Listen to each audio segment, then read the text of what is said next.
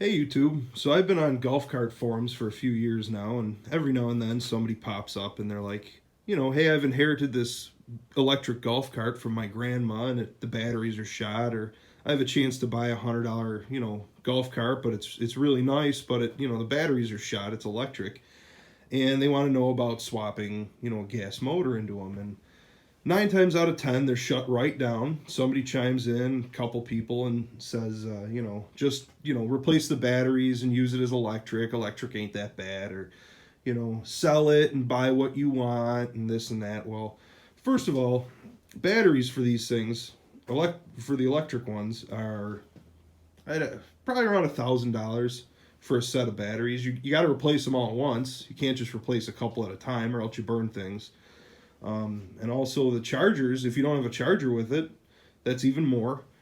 And then to sell $100 golf cart with bad batteries, and then to buy a gas one, I mean, around where I live, even an old one like this, if it was running all original gas engine and drivable, it'd be $1,000 at least, maybe even 1,500. I mean, it's 35 years old.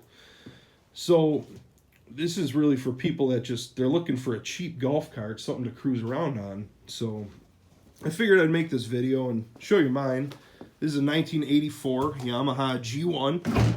Picked her up for 50 bucks. It was electric. You can see it's got like the really short swing arm there because it's not made to have an engine. So 50 bucks, it was electric. I paid $50. I got that rear end because that's from a 4-stroke Easy Go Workhorse. So it has reverse. There's the switch right there. I haven't hooked that up yet, so I have no way to shift it at the moment. But yeah, it was 50 bucks. And then I, made my own engine mounts and mounted a Harbor Freight Predator 6.5 horse in there. This is a Chinese knockoff Comet Tav 2. I think that was around 50 bucks on eBay. And then I just, I ran a chain from that with a little homemade tensioner thing there to the rear end. And the reason I got such a small sprocket, I got a 10 on there and an 11 there.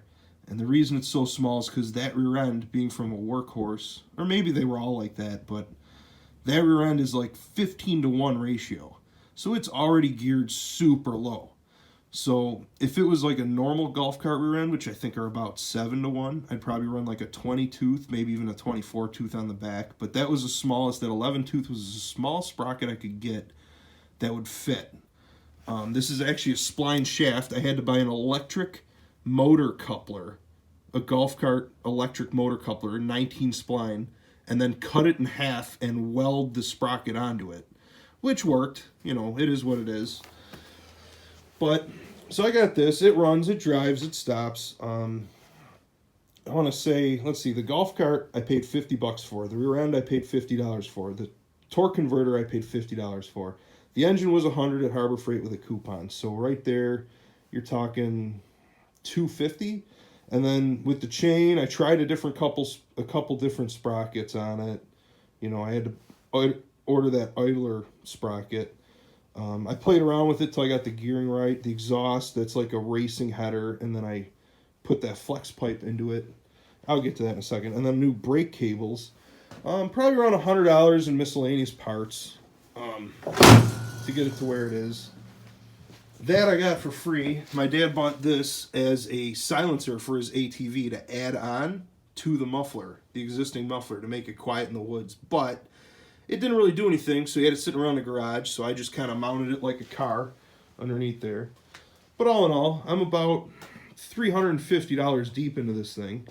It still needs a little work. Like I said, the shifter, I got to do something about a seat. I have a bench seat over there from a club car that I can just set on there and drive it around, but it doesn't really fit. But yeah, it's a bone stock Predator, 6.5 horse from the factory. I took the airbox cover off. That's it. The governor's still hooked up. Everything's as it came right out of the box. Just added oil. And it cruises down the street. I just use it for the neighborhood. I wouldn't trust it climbing hills or doing anything really off-road. But cruising around flat ground, it does great. It's pretty quick. My buddy's actually on his way over right now, and I'll have him help me shoot a video, try to get a top speed run in, and then I'll give you my thoughts. So, all right.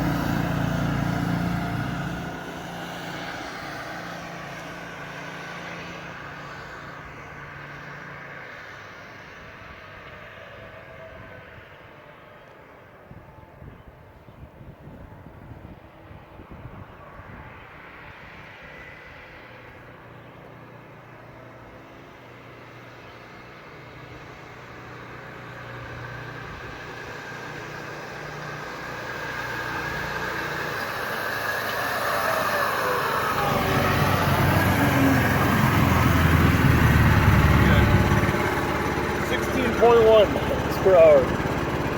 Wow. Nice.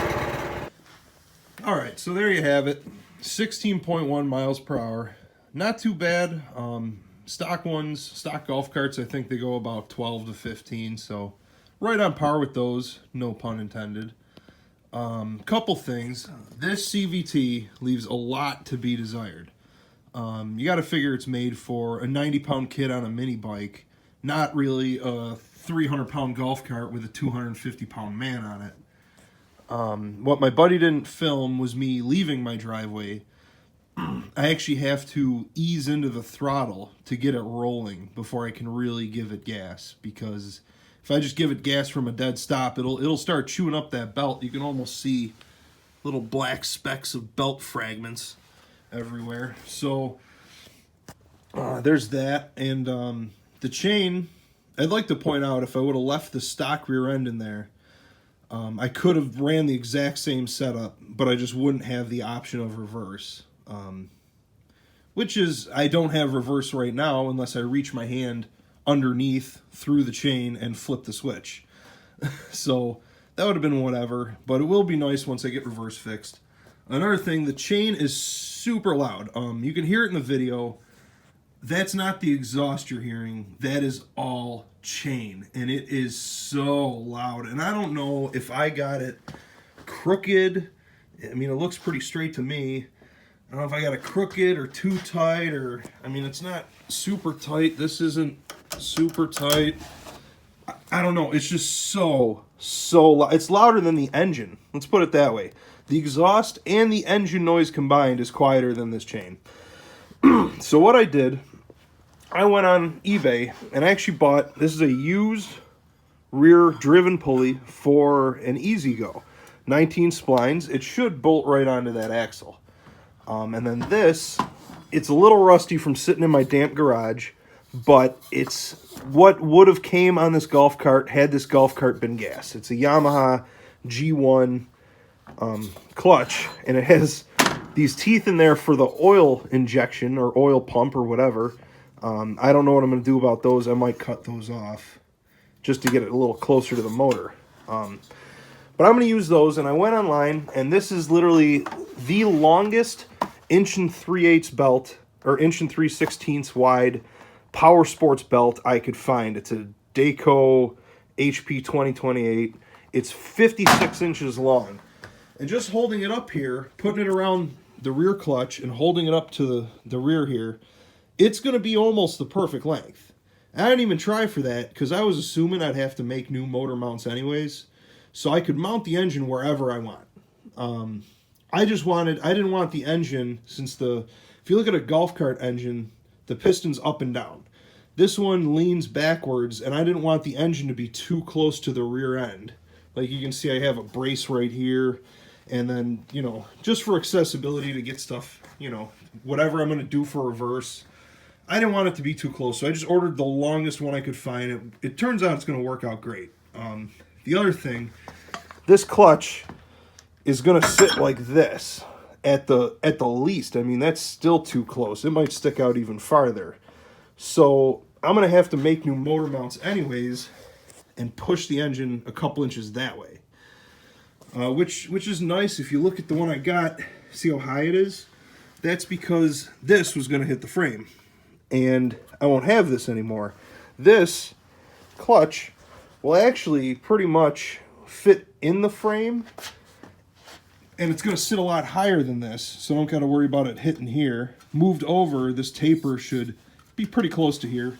I can reroute these brake lines or brake cables wherever I want them, but do that. I'll put that on, put this on the back, and here's what I'm thinking. So this thing, the gearing in it, the lowest where it is right now without any throttle, it's 2.5 to 1. Now this is a 10-tooth sprocket, this is an 11-tooth. I'm not even going to figure that into the equation. It's super close. But it's 2.5 to 1, meaning for every 2.5 times the engine spins, this spins once, meaning basically the rear axle spins once. Now this, and its smallest, just a rough estimate here, is about the equivalent of like a 2-inch pulley. Now this, at its tallest, which is where it starts, under no throttle, is 9 inches. So you're going 2 to 9. That's 1 to 4.5. That means for every 4.5 times the engine spins, the rear end will spin once, which will give me a lot lower gearing for starting. Like, I wouldn't be surprised, even with this tiny little Predator, if she can spin the tires in the grass.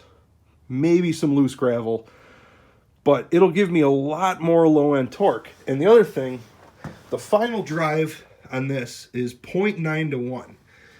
Meaning, you know, for every 0.9 times the engine spins, the rear end spins once. It's a 10% overdrive. Just slightly spins the rear end faster than the engine. Now, if you go back to this is 8 inches across. So if this is fully collapsed and the belt's as outermost as it can be, it'll be like an 8-inch pulley. This, all the way open, is about 5 inches. So you're going 8 to 5, which 5 to 8. So that's about a 0.6 to 1 ratio. So I'm going from a 0.9 to 1 to a 0.6 to 1, which is 30%. So if I'm doing my math right, which I'm probably not, leave a comment and correct me, but that's about 30% difference. So if I'm doing 16 miles an hour top speed, if I can get those to that one to fully close and that one to fully open, at top speed, I'll be 30% faster, which 30% of 16 is about 5.3 miles an hour. So I'll be hitting over 20. Also, man, I just lost my train of thought. Yeah, correct me if I'm wrong in the comments, please, because I might be doing math wrong. But anyways, it'll be a lot quieter because I'll just completely eliminate the chain. I'd also like to mount the muffler somewhere else because the muffler is super low to the ground, not a lot of ground clearance. It's actually too long. I thought about mounting it lengthways right here. It's too long for that. So I might have to go on like an angle where the exit's down in that front corner, remove this brace and put another one in somewhere. It's rotted anyways, so whatever. And like angle it back up towards the back fender. Or like even just slightly over the back fender if it'll fit. I'll have to do that, make a new motor mount, and still mount a gas tank. And the other thing that's cool about this clutch is it has this little pulley on the inside. That's for a starter generator, like a factory golf cart would have, which not only acts as your starter, but your alternator at the same time once the thing's running. So what I was thinking, now this motor's $100 from Harbor Freight. For one with electric start and a crappy charging system, it's like $250. So you're spending another $150. And the charging system on the ones that are electric start are only meant for like one headlight on a mini bike or a headlight on a snowblower. It's really not meant to run a ton of things and keep a battery charged. Whereas a starter generator on eBay is $100, and a voltage regulator, which you need to run it, is $30. So for $130 more, plus a belt, I'm planning on taking this gas tank off anyways, and I could mount a starter generator right on top, make a plate with a belt, and that would give me A, electric start, and B, it would charge up a battery. So I could put a radio, headlights, taillights, whatever else I want on this thing. It'd be like a car almost. That was my thought with those. So it'd just be a better mod all the way around. If I had to start over for a golf cart project, it'd be a lot nicer to find a gas golf cart with no motor or a blown engine. Because then you have the clutches. Because those are expensive. That one was $90. That one was $80 used.